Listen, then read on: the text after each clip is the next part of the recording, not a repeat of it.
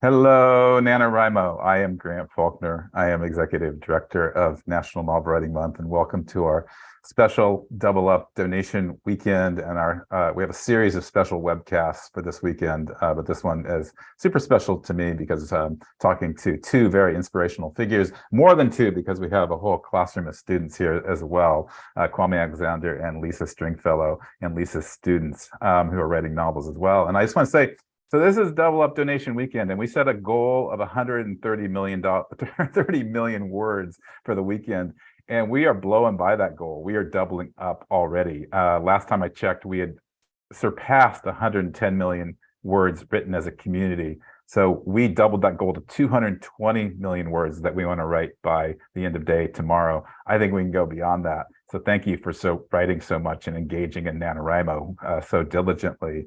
But I also wanted to welcome you to, that's the writing marathon portion of the weekend, but we also have a fundraising portion of the weekend. And our goal is $175,000 this weekend. And basically, this whole weekend is full of webcasts and fun activities, and we're giving away prizes, hourly prizes and a grand prize each day. And also a big, what we're calling the sweepstakes grand prize for the whole weekend, which is a free pass to the Writers Digest annual conference in New York City in 2023. And that includes lodging and travel. So it's a whole bundled package worth nearly $2,000. And Catherine's probably putting the link in chat to tell you more about all of the weekend's things that we have going on. So take a look at that. But so what's the double up component of the fundraising campaign? And basically, $25 donors get $50 goodies. $50 donors get $100 goodies, the goodies that would ordinarily go to you if you donate $100, so double goodies for everybody. And then you'll also get the 2022 donor pin and bracelet for $25, and the 2022 pin if you donate $50 or more. So you're getting a lot of goodies. Hopefully you're getting a lot of creativity for that donation as well. And that's what I want to talk to you a little bit about, is why we do this. And we are a nonprofit, and we rely almost entirely on donations from our community, from you. And so right now we have about 9,000 people who've donated to us this year. We'll finish the year with about 10,000 people from our community donating. And these aren't big donations. These are $10, $25. It's really whatever people can give. We're deeply thankful for every donation. And one of the reasons for the donations is that we want to keep everything free. And so I oftentimes have people tell me, why don't you just charge everybody $10? And if we charged everybody, that would mean a lot of people couldn't tell their story, because some people don't have $10, or they might not have the credit card, or many reasons. So we want to make our principle is access to storytelling. We want to empower people to tell their stories. We believe that your story matters, everyone's story matters, and that's why we want to keep things free. And then today, I want to talk about a little bit. We're featuring our Young Writers program through Lisa Stringfellow, one of the teachers, and Kwame Alexander, who's going to join us a little bit later, an author who writes largely for kids. And Kwame once told me there's this term, reluctant reader, in education circles. And Kwame said he doesn't believe in that phrase, reluctant readers, to describe kids who are maybe don't like to read, or seem like they don't like to read. The principle being is that they just haven't found the book that speaks to them yet. They haven't found the book that is exciting to them. And I thought that this made a lot of sense, because we are storytelling creatures by our very nature. That's what makes us human beings. Stories give us meaning. That's how we make meaning in the world. So I don't believe in reluctant readers either, and I don't really believe in reluctant writers. A lot of people are intimidated by writing, or they say they don't like to write. But I think teachers like Lisa, they teach NaNoWriMo as a way to help, as an invitation to write. And the reason that it works is that I think kids write with their joys and their passions, and that's the best way to learn and to teach. And so we're gonna talk a little bit about that today. So so think about donating to NaNoWriMo if you can, and think about beyond what I just said. What does NaNoWriMo mean to you? Why do you think you should give to this cause, and why we do good in the world? So thank you so much for listening to that. And just one more thing about the Young Writers program. We have nearly 90 to 100,000 kids who are going to participate this year in it, which is just amazing, because when I was a teen, I never even thought about writing a novel. no one told me I could, that was something that adults did. And so I think that our Young Writers program, I talked to so many teens and they've written 5, 6, 7 novels. It's just amazing to me. So we are fundamentally about empowering people to do big creative acts. So yeah, so Catherine is going to I'm sure she's put that link in there about our daily prize. Today we have Gotham Writers Workshop course package, and I mentioned the Writers Digest conference. And just checking to see if Kwame has joined us. Kwame, are you here? So I have to confess, Kwame's going to join us, but I actually sent him the wrong day. And I'll just say this as a creative principle is that sometimes things aren't perfect. And so I believe that you have to adapt to the imperfections of either your ability to write. That could mean that you have to work an extra shift at work or that you get sick. And that's actually what we find at this point in NaNoWriMo is that a lot of people, they rush out of the gates and they write really strong that first week, and then life happens. And so if life is happening to you and you're thinking about quitting writing, think about what the ways that you can keep writing, I guess I'd say. How can you adapt? Even if you can't write 1,700 words a day, can you write 1,000 words a day or 500 or 100, just anything to keep going? See if you can write every day something and go for streak badges instead of the 50,000. So yeah. So anyway, so I'm trying to adapt. And one way I'm going to adapt, Lisa, is by introducing you before Kwame comes on. And I will say the introductions for him. But Lisa is, she writes middle grade fiction and has a not so secret fondness for fantasy with a dark twist. In fact, she wrote a fantasy novel with a dark twist, A Comb of Wishes, which I was published in February. Is that right? Earlier this year? Yes. That's what I Yep, thought. just came out. My memory's weird in these times, but yeah, it just came out. And what I love about Lisa's story is that she wrote her novel during NaNoWriMo, and she wrote it while teaching her students through the Young Writers program. And she has taught language arts and technology for over 28 years, and she's here with 7 of her students today. So Lisa, I want to ask you, why did you teach NaNoWriMo? You teach in 5th graders, right? I do, yes. I teach them. I have 5th and 6th grade, and I teach it in my 5th grade classes. So everyone here has done NaNoWriMo or is currently doing NaNoWriMo right now. Cool. And what attracted you to teaching NaNoWriMo when you first discovered it? How did you decide to bring it into the classroom and why? Yeah, I had decided to try my hand at writing. I've been teaching for a long time at that point already, but um, I always compare teaching books and literature and writing as kind of a little bit more of a spectator sport, and writing yourself as being like on the athlete on the field. And so I was changing that up, and I discovered NaNoWriMo and thought that that sounded like a great opportunity to write with other people. And I thought it would be great to offer my students that opportunity as well, and that we kind of build our own little community of writers together. That they so often, I don't think teachers often make the time to write with their students, and so that would be kind of a unique opportunity to see them working through the same issues that they were, as we all worked our creativity together. I think that's so interesting, the community part, which is a big part of NaNoWriMo, and how you use the word with a lot in that sentence. So why is community valuable both to individual, writers, adult writers, but also in your classroom?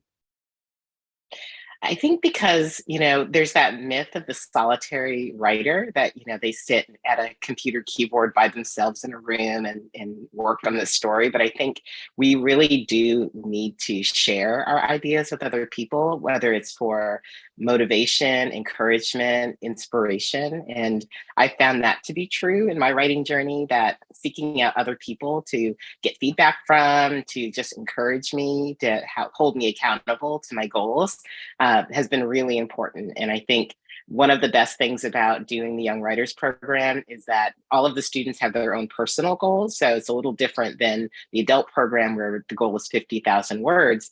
All of these ladies here have, thought of their own goal that's personal to them. And we all cheer each other on and root each other on for our successes. And so it really is kind of about like whatever that personal goal is to you, how can we all encourage each other to reach our goals?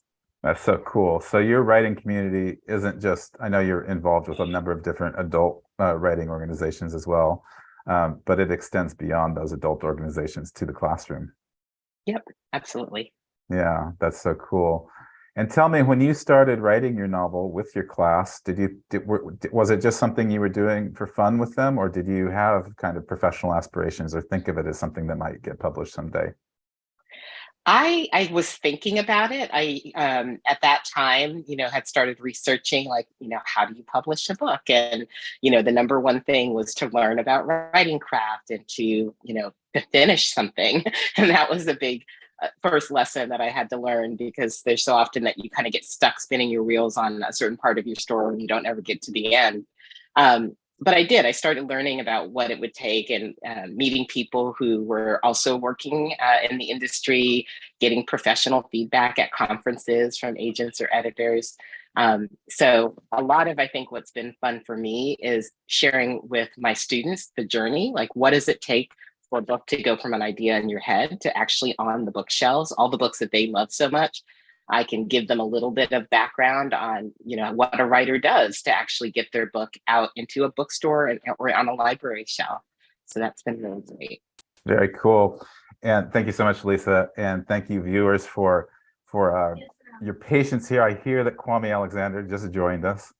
And I want to introduce Kwame, also thank him for his versatility and his flexibility, because I can't tell you how shocked I was at 5 minutes until the hour to see that I put the wrong day and time in the email. So apologies, but here we are.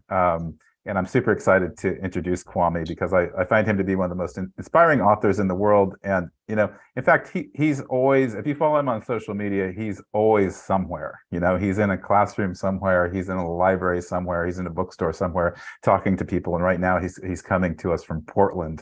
So yeah, I think he might be cloned perhaps. But if you're unfamiliar with Kwame, he is a poet, educator, and the New York Times bestselling author of more than 25 books, including the 2015 Newbery Medal winner, The Crossover, soon to be a Disney Plus series, which Kwame is an executive producer on, and the Newbery Honor book, The Undefeated. He's also the author of the 2022 middle grade novel, The Door of No Return, the first part of a trilogy, and we're going to hear more about that today. But yeah, I want to welcome Kwame Alexander. Thank you, Grant, and thank you all for your patience. Hey, Lisa, how are you? Kwame, I can't tell you how. Hi. Can't tell you how thankful I am that you could hop on. So thank you for doing that on the fly.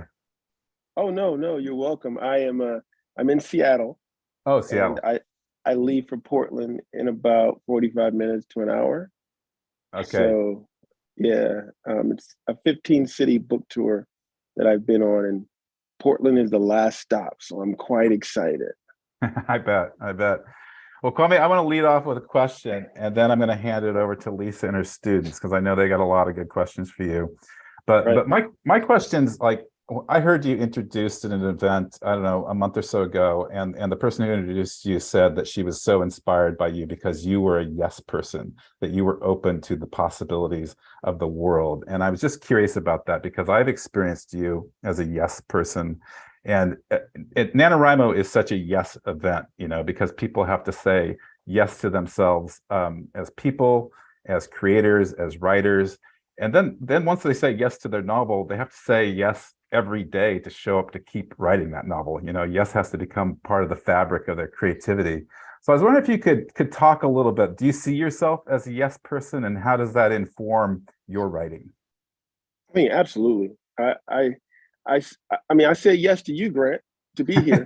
Like, I say yes to stuff a lot of times without even knowing exactly what I'm saying yes to, because I feel like there's always something cool about mystery and discovering what's on the other side of that door that you're opening. Sometimes it doesn't work out. Okay. There have been times where I've said yes to stuff that I shouldn't have said yes to. And so I try to balance it with a little bit of thought, some serious consideration, but generally and genuinely, if I feel good about something, if my gut feels something, I will say yes to it. And when I think about my writing career, I had written 13 books, and I had had about 14 different jobs because I never, was able to make a living from being a writer. And so for that 14th book, this woman came up to me. She worked for a publishing company in New York City, and she was like, Kwame, I really want you to write a book about two boys who play basketball. And I want you to write the story in poems. And I know you have a voice and you can do it. And I had never even thought about A, writing a book for kids, and B, writing a novel in verse. But I looked at her and I said, yes, I'll do it. And she said, I'll publish it. So it felt really good to say yes to that. And I tackled that project. And over the course of 5 years, Grant, and 19 rejections, I was like, why did I say yes to this? It's just, it's never gonna work. And of course, after all of those no's, I got one yes. And that's all you need. You only need one yes. That's and true. I got that one yes. And that book, became the book that changed my life in so many ways and allowed me to be a writer full time and to meet students around the world, from Singapore to Seattle. So all of those no's weighed heavy, and it was disappointing, and I cried and I was sad. But that one yes propelled me forward into the next set of no's. So I was able to sort of persevere through the next set of no's because I knew that I had gotten a yes previously. So a yes was eventually going to come. So I just try to move like that in my writing career and just say yes to all kinds of opportunities. That's such a great story. So inspiring, especially as one who has dealt with a lot of no's for my own writing, like every writer on the planet, by the way. Right. That's the thing writers forget, Grant. They think it's going to be easy. They see the success. They see the yes, but they don't know about the no's. So when the no's come, they come hard and they come fierce. And people react to it, as they react to it in ways it hurts, because these are our darlings, our babies.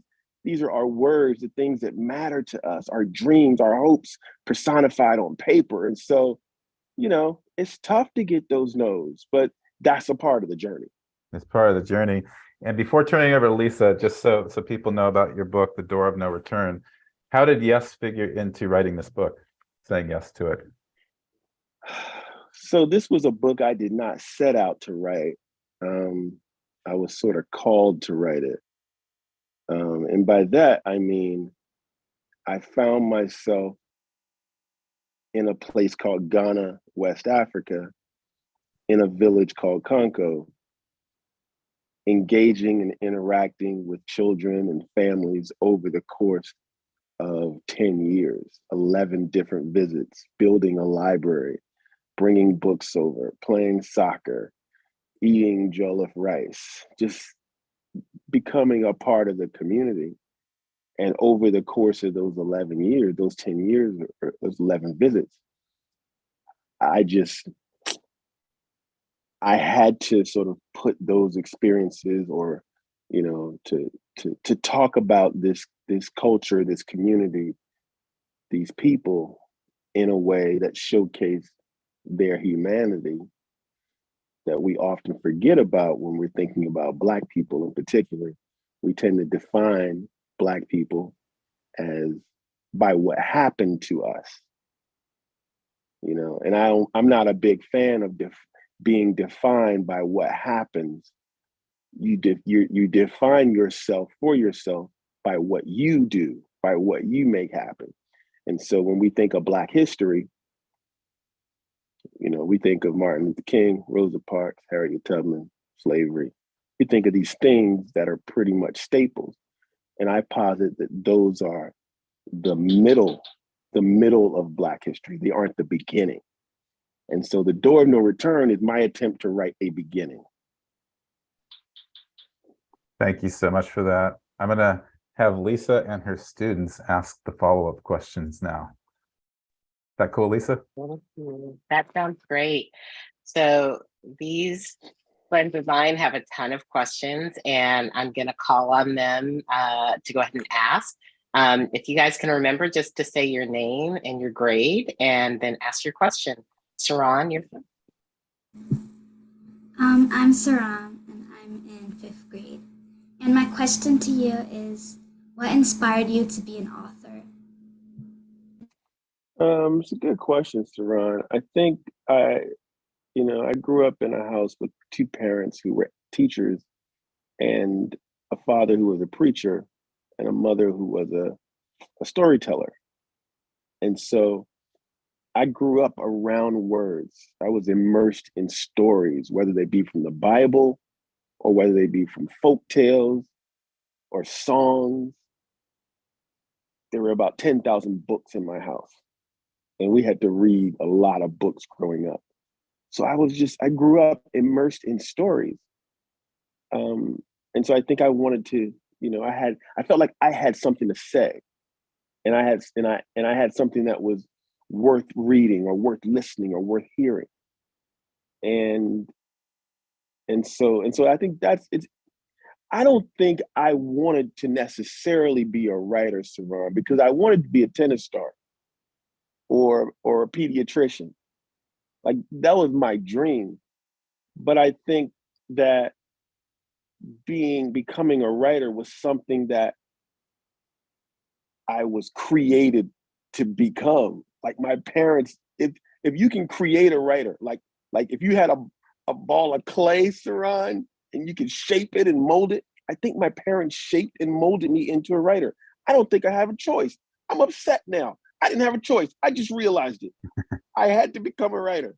But yeah, I think that's how it happened. And I kind of love that I'm here. In fact, Saran, my father asked for some of my royalty payments from my books. He's like, I want some of that money because I made you who you are. That's great. Thank you for that. Jocelyn, you're next. I'm Jocelyn. I'm also in 5th grade, and my question was whether you ever participated in NaNoWriMo and what books you drafted, if you did. Jocelyn, I cannot believe you asked me that question. Oh my gosh, that is so wrong, Jocelyn. It's so wrong. Yes, I participated in NaNoWriMo, like maybe 10, 15 years ago.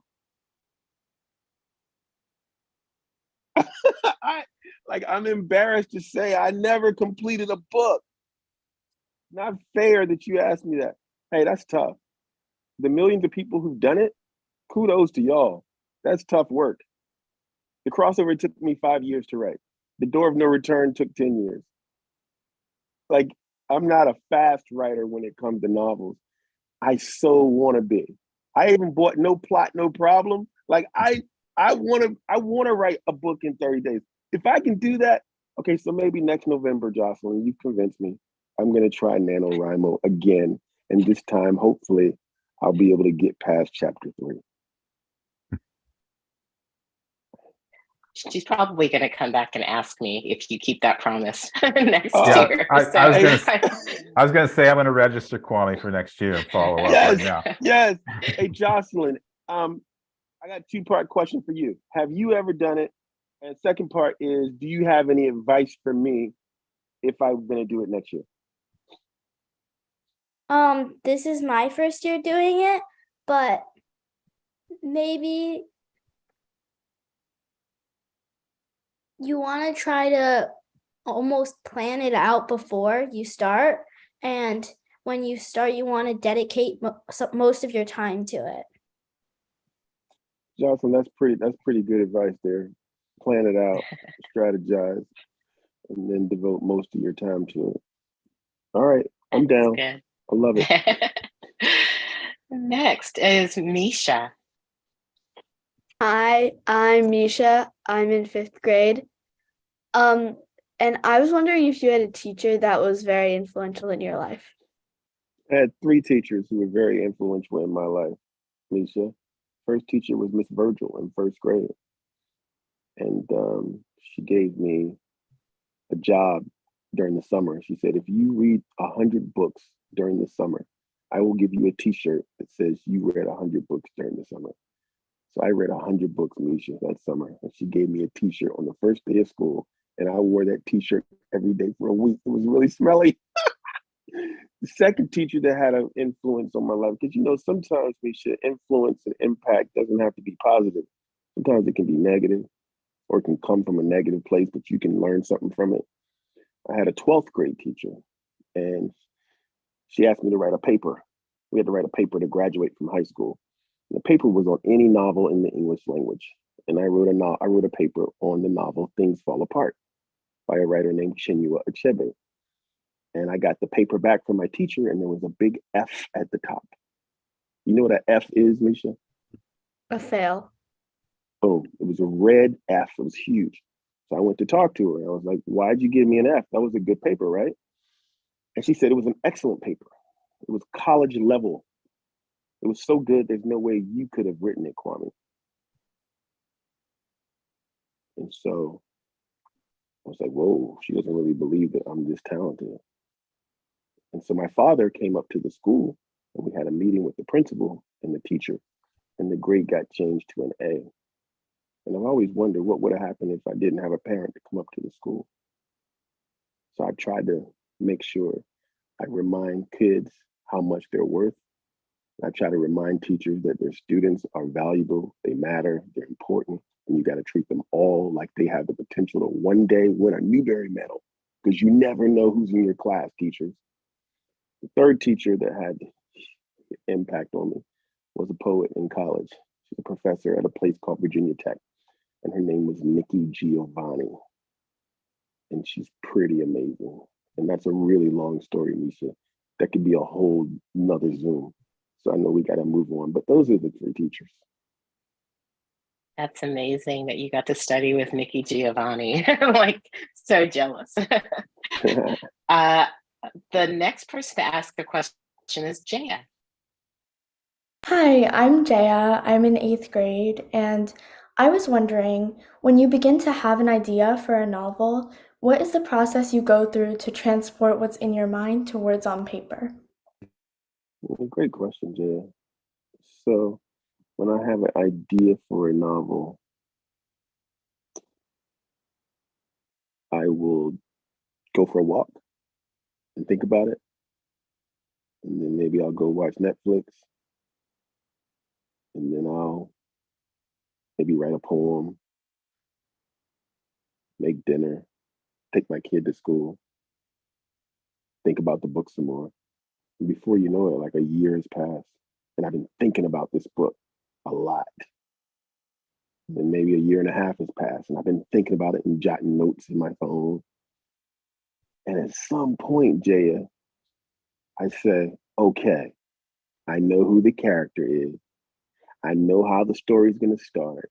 I know exactly how it's going to end. I'm ready to write. That process could be anywhere from 6 months to 4 or 5 years, but I have to think about it a lot. But once I figure it out and I know what I'm going to do, I write every day from 6 a.m. to 11 a.m. That's my thing. And knock it out. That's amazing. All right, next up is Zadie. Hi, I'm Zadie and I'm in 5th grade. My question for you is, did you ever base anything you wrote in your books on like your childhood or like family history? Good question, Zadie. Zadie, have you read any of my books? No. What? She will, because I have several of your books in my classroom library. So Zadie, if I answer the question, you're not even gonna know what I'm saying because you haven't read them. Make sure you read the book, Zadie. I got my eye on you. The short answer is yes. I have taken a lot from things I've seen, observed, been through, friends I've had, stuff I hated that my father did, like made me read the dictionary every day. So, absolutely. I know what book that came from. We've talked a lot about that book. Kaya is next. Hi, my name is Kaya. I'm a fifth grade student, and my question for you is, did you ever feel discouraged after seeing what other writers have accomplished? And if so, how did you get by it? That's the best question ever. I feel like, Kaya, you're asking me, do I ever get jealous or envious of other writers? I haven't ever been discouraged. So, yeah, I mean, in the beginning of my career, you know, I would write a book and maybe I'd want the book to have a lot more. I want people to be a lot more enthusiastic about the book and there'd be a lot of buzz about the book, and maybe a friend of mine would win an award for their book, and I'd be like, how come I can't win an award? So that's sort of human nature. It happened. It happens for sure. But I never got discouraged. Like I always believed that I was a good writer, and I wasn't writing books to win awards. But I would get sad sometimes if I didn't get a certain kind of recognition, you know. But yeah, I never got discouraged because I knew I was doing something that I loved, and I knew that what I was doing mattered, and I knew it was good. Thank you. And then Lila has a question.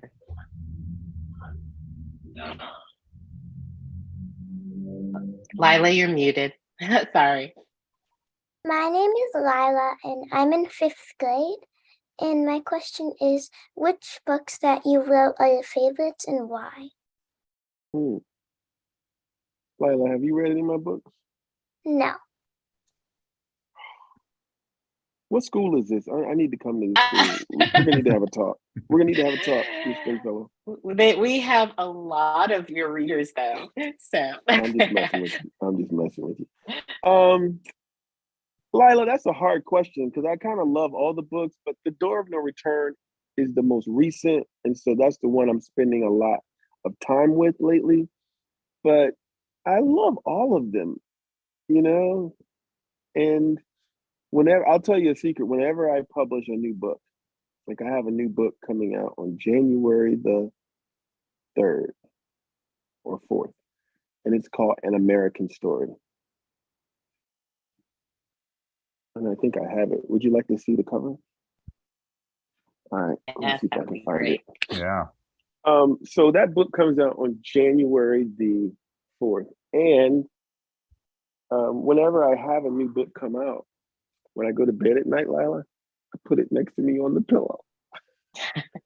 Like it just feels like I'm so excited about it, you know? So I'm gonna probably do that on January the 4th.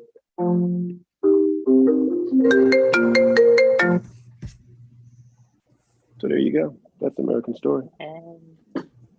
Beautiful. Amazing. And I had a question for you. My question, we talked a little bit about community at the beginning of the webcast. And so I feel like one of the best parts of NaNoWriMo is feeling part of a community of people who are all working towards a goal with your writing. And I wondered, where do you find community as a writer? Oh, I got a bunch of writer friends, Miss Stringfellow. And I have a house in Virginia, and pretty regularly I have writers come over and we have sleepovers and we spend all day writing. In fact, I just had 4 writers over last week, or 3 writers last week, and they came over and we spent all day writing and talking and gossiping, and I made dinner for them. I cooked dinner for them, and then they stayed over. and we all just hung out.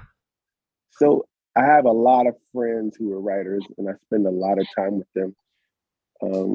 I've gone on writing retreats to Tuscany and Brazil and Ghana. So yeah, I have a lot of writer friends, and I try to keep that community close to me. That's amazing. I think it's so important and something that I really appreciate too, my writing friends. Grant, I think that was all the questions that they had prepared. So we're definitely open to others. Those are amazing questions. I want to thank everybody. Throughout every question, I was like, thank God I'm not the questioner here. These are so much better than the questions I would ask. So thank you for coming, everyone. And Kwame, your answers were amazing. Kwame, how much time do you have? I don't want to keep you from your flight because of my blunder earlier. 5 minutes? Cool. Well, this is the question I was gonna end on with you. So we can see how much time we have, but I've heard you speak numerous times, and almost always you say, I am the greatest, not because I'm better than anyone, but because no one is better than me. And when I first heard that, I thought Muhammad Ali maybe said that. But I Googled it. That's yours. And so I'm curious if you could tell us what that means to you, and why you say that, and what you would want to impart to NaNoWriMo writers even, or Lisa and her students with that quote. So I think I could certainly answer the question, but I think my answer would not be as insightful and meaningful if we ask Kaya. Kaya, when you hear this, I am the greatest, not because I am better than anyone, but because no one is better than me. What does that mean to you? Like you're believing in yourself when you think it's not. Some people might take it as being like bragging, but to me, I think it means like you're believing in yourself when no one else will. Wow. Wow. Speak on it, sister. Speak on it. You're believing in yourself, and people think you're bragging, but you're like, no, I'm just confident. And I hope you're confident too. Misha, what do you think? When you hear that statement, what does it mean to you? I think it means that you need to trust yourself and trust the process. And if no one else believes you, just like stay with yourself. Stay with yourself. Stay with yourself. Do not measure yourself by others. Do not be defined by other people. Know your greatness, Misha, and hope that Jocelyn knows hers. Jaya, know your greatness and hope that Lila knows hers. Ms. Stringfellow, know your greatness and hope that Grant knows his.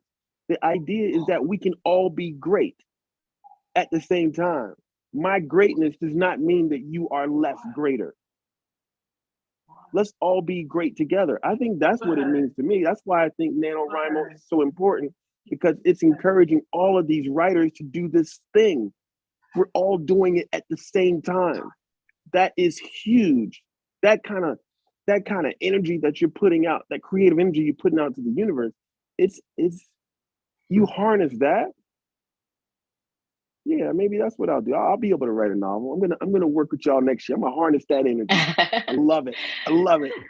Well, and I'm gonna remember that we should definitely have you come hang out with us at our school. We would love it. Where's your school, Miss Stringfellow? We're at the Windsor School in Boston. I'm not coming anywhere near your school until y'all read my books. Some of you have read the books, but we will all read the books. Cool. Grant, Well, thank you. Hey, Grant, thank you so much, Grant. I appreciate you. Oh man, thank you so much for making it on the fly here. I was so shocked, as I said earlier, when I saw I'd sent you the wrong day and time. So this is very special, and those final words, that is exactly what we want everybody to take with them today. Is that's what NaNoWriMo is all about. It's a competition, but it's a competition you're rooting everybody else on. You want everybody to win here. We want everyone to write a novel. So keep writing, And Kwame, we'll look forward to your book in January and Thank y'all beyond, so much. and Thank next you, year thank when you you. write with us. I'm doing it. I already know what novel I'm writing. I'm excited. Cool. That'd be great. Thank y'all. Have a good book tour. Thank you Bye. again. Thank you. Bye. Hey, everybody, we will, please, I know that some people might have put some questions in chat for Kwame, and unfortunately we can't get to those, but I'd love if people put their questions in chat for Lisa and me and her students to talk about writing. And I think we could probably even, we've got about 18 minutes left, Lisa. I'm curious maybe if we could think of a writing exercise too to send people off with. And I'm just curious if there's a particular writing exercise that you like to do in your class to help people like get over writer's block or something like that. So when we were planning our NaNoWriMo novels this year, I had these guys do a free write on creativity. Do one of you remember what the prompt was that we wrote about? Who remembers? Yeah, Jocelyn. I think it was something like, what does it mean to be creative? Yeah, what does creativity mean to you? Was kind of a way to get started and thinking about, is it something that we're born with? Is it something that you can develop? Is it something that you practice? Kind of got us into the mindset of creating stories as we were getting ready to start. I love that exercise, and I think it's a good thing to do before writing, during writing, and even after writing. I think we have to constantly remind ourselves of our purpose as writers, and also remind ourselves that we're creative individuals just by definition. So I'm curious, like maybe we could take 5 minutes and have we could do that exercise again, and also have our viewers do it, and maybe if our viewers could post some of their thoughts in chat and that we can read them. And this actually answers one of the questions I received from Anna Ariza is, what is your advice when having writer's block? Do you have any special things you like to do? And this is like a really good thing, is to step back and remember your purpose and your goals and what you have to give. That sound good? Absolutely. Sounds great.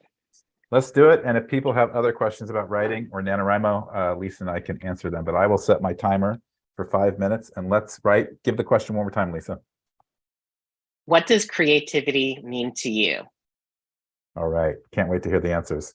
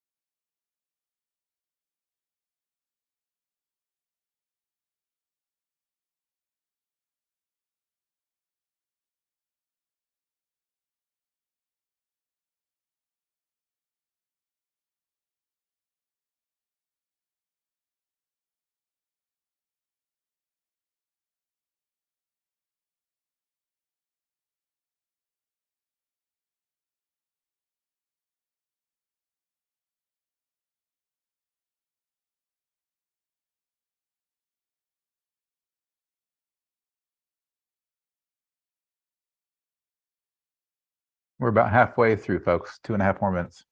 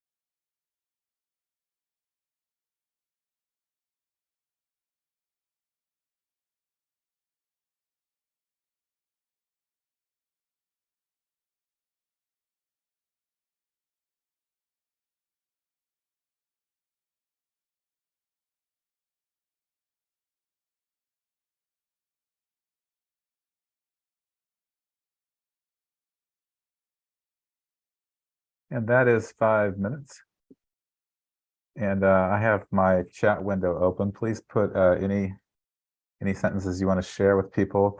Before I read a few of them, I just want to say also to Lisa and her students, you should read the chat because there are lots of compliments and kudos to you all. So the encouragement of others and the praise from others is also fuels a lot of great writing. That's great. So I'm just going to read a few here. Creativity means I have enough input to synthesize, filtering it through my values, hopes, dreams before having the output in creative effort. One cannot dip from a dry well. Feed your brain. Good one. Chaos Child Artistry says, creativity is a way of thinking. It is not just actions like drawing or writing. It is seeing the world in a different way. It is wanting to express your inner world to the people around you. Man, that hits on so many different notes there. I totally agree. Let's see. Creativity is a rejection of what is and embracing what could be. Yeah, we're reimagining the world. Lisa, do you have the window open? I had to close it because the sound came on. Oh, okay. I have to try it again. Okay, there's a link at the top of the chat that Catherine put in there if you want to check it out, just the pop-up window. Great. Yeah. Let's see. What creativity means to me is that, yes, it is important to get along with everyone, but it is also important to show your differences and unique personalities. Yeah, it's a way we connect with people. We connect with their differences. That's super valuable. Janet Barber says, we are all born with creativity. It's virtually impossible not to be. It is impossible, I think. First, you are here because of the creator themselves. We are creative souls. That's right. I oftentimes hear people, NaNoWriMo, I'll invite them to do it, and they'll say, oh, I'm not a creative type. I'm not a writer. And I'm like, no. We're all creative types by definition. That's the definition of being a human being. And we're all writers because that's how we make meaning in the world, is through storytelling. AB says creativity is ignoring the outside noise and embracing your true inner self. Absolutely. It's a way to hear yourself, I think. Cameron Barlow, oh, go ahead. Somebody say something? Sorry. I'll read one more. Cameron Barlow says creativity is breaking out from the bounds of what's real or possible and exploring the potential of what hasn't been done yet. And yeah, we create new worlds and hopefully better worlds through our creativity. And NaNoWriMo is all about nurturing that creativity to get us thinking about the world in different and new ways. Lisa, do you have anything to add to that discussion, or even things your students have said? Yeah, well, so I just added to the chat, I said in my free write, being open-minded and willing to make mistakes allows you to kind of discover new ideas. I think sometimes my students, we've talked about this, like there's that tendency as writers to be perfectionists and to get things right. And so trying to push yourself to be open-minded and creative will allow you to create more ideas, and then the best ones can rise up to the surface. I love that you use the word willing to make mistakes as part of creativity, because it's not about perfection. And sometimes our mistakes open up new pathways, right? Absolutely. Yeah. Wow, this is so great that everyone's putting more in here. There were a few questions in chat that I also wanted to answer, and some of them are for you, Lisa, or there was one I thought. And thank you so much, everybody, for both doing that exercise and sharing your responses, because I think I'm very inspired by them. I'm going to read and cut and paste some of these afterwards. Joanne Horowitz asked, and this is a question for you, Lisa, where do I start getting students interested in crafting stories around their experiences? Any and all tips are welcomed. Yeah, I think that's a great question.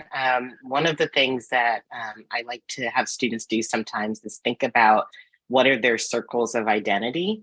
And so, you know, if you think about like all of the groups and the communities that you belong to, the interests that we have, the different aspects that make us ourselves, if students like map that out, kind of like a mind map, then, you know, challenge them to take one of those things and incorporate it into a story or a scene. You know, we talk a lot in our class about windows and mirrors as in our books. And I think we can also apply windows and mirrors into the writing process. So having students think about their own identity and then choosing something to maybe integrate into a story is kind of a way of making a mirror story with aspects of themselves. That's so interesting. Windows and mirrors. What a good way to think about it. Lisa, even though you write fantasy, I talked in our interview yesterday with Francesca Leah Block. She was saying that she thinks fantasy writers should tie their fantasy world to their personal world or their real life experiences. I'm curious if you found that when you wrote your novel. Yeah, I definitely did. My book is A Comb of Wishes, and it's set in the Caribbean. And that ties to my heritage. My dad was an immigrant from Barbados, and so a lot of the setting of the story, as well as the characters, are driven by my family, the people in the community that I grew up in, and just trying to have my character kind of in that same joyful, supportive world. So I definitely think there's room for that. I think also fantasy is kind of a way for us to talk in metaphors about things that are, you know, more real in the world around us. So I always support. I know sometimes parents will ask me, you know, what can they do to expand their child's reading habits, but beyond fantasy? And I don't see fantasy as, you know, I think reading broadly is always wonderful and something I encourage, you know, these guys to do. But I think fantasy is also really rich because there's so many layers of ideas that are in there that, you know, really connect to our real world, but might be described in a way that's a little bit more fantastical. Yeah, absolutely. I agree. We've got about 3 minutes, and I think as a wrap up, it'd be great for everybody to think about the advice they would like to give other writers, you know, with that sense that we're writing as a community. So what would you like to tell writers to encourage them to keep writing and be successful with NaNoWriMo? And I'd love if your students could kind of think about that. And if people who are watching, please share your encouragement and your advice in chat. And I'll just mention that yesterday when I asked this question to Francesca Leah Block, she was kind of stumped because she talked about writing for a whole hour. She'd kind of given herself all the advice she had, but then at the end she was just like, be kind to yourself. And being kind to yourself is also a creative fuel, and being kind to others is also a creative fuel. So I want to offer that. Lisa, do you have any parting advice? Yeah, I would say that, you know, there's anything that you do this month is a success, that you're going to end the month with more words than you likely started at the beginning. And so whether or not you make it to your goal, still, you know, cheer for yourself and celebrate the fact that, you know, something is started. Yeah. I don't know if all of my students that are on, if you guys want to unmute and share a different idea, you can just pop in. What would you suggest to people? What's a tip that you would give? I'd say that you don't want to give up and you want to stay strong through the whole thing. And if you feel like you can't generate any more ideas, just like take a break and like go do something else and then come back later. That is such good advice, Misha. Spoken like a wise author. Took me years to learn that. I think that I think a tip would be like, once you start writing your ideas, like not to like just like focus on getting your ideas out instead of like worrying about editing your story and stuff. Because like sometimes I get like really conscious when I see like that a word is misspelled wrong or something like that.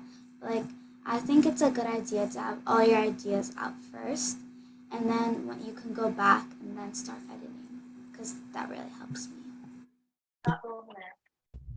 Yeah, like Saran said, like just get all your ideas on like paper, and then like at the end just go in and like edit like tiny words and stuff.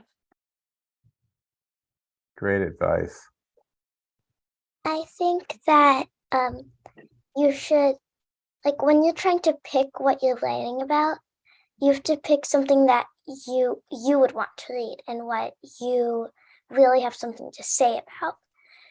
And when you're writing it, always, like how Kwame Alexander was talking about, be open to ideas. That is such good advice, Lila, because sometimes people will tell me, oh, I want to write something, not what's in their heart, but something that they think will sell on the bookshelves. And I think writing what's in your heart is a really good way to go. Thank you. I think that when you're trying to think of an idea, think about what's on your mind, and if that's not something that you want to write about, you can think about like how you can change it so that it's becomes something that you want to write about, and so that you can and it's like whenever you can think of an idea to write about, you want to try to get it down so that you don't forget about it later. That's so great, Jocelyn, because you're being really attuned to who you are and what you're thinking about and what your dilemmas are or what's going on in your life. And then you can create that into a story. That's really great. I would say treat every word, every sentence, every page, and then every chapter as a victory, because you're not always going to be able to meet your word count goal every single day, because as said earlier, life does happen, but you won't get discouraged, you won't stop writing if you're still proud of yourself and what you've accomplished so far. Keep the momentum going at all times. Yeah. Good one, Jaya. I'd say writing doesn't mean you just put yourself in your room and you say, I'm going to write for an hour, and when I come out, I'll do whatever. I say do something that you enjoy while you write.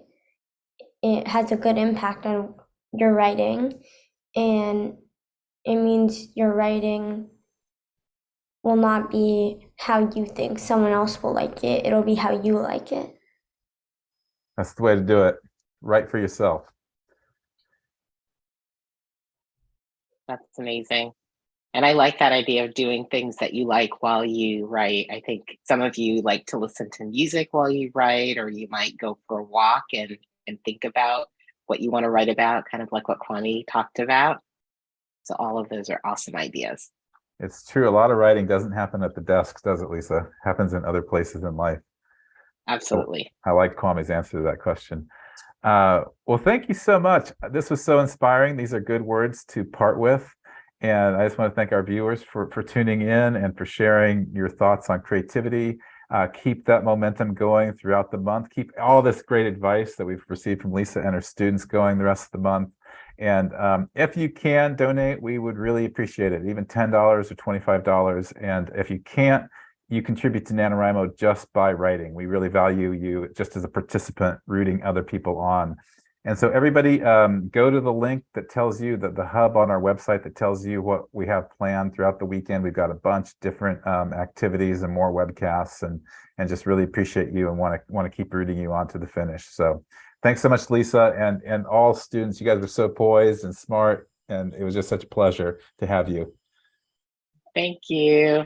Thank you so much. Thank Happy writing. you. Can't wait to Thank hear about you. your novels.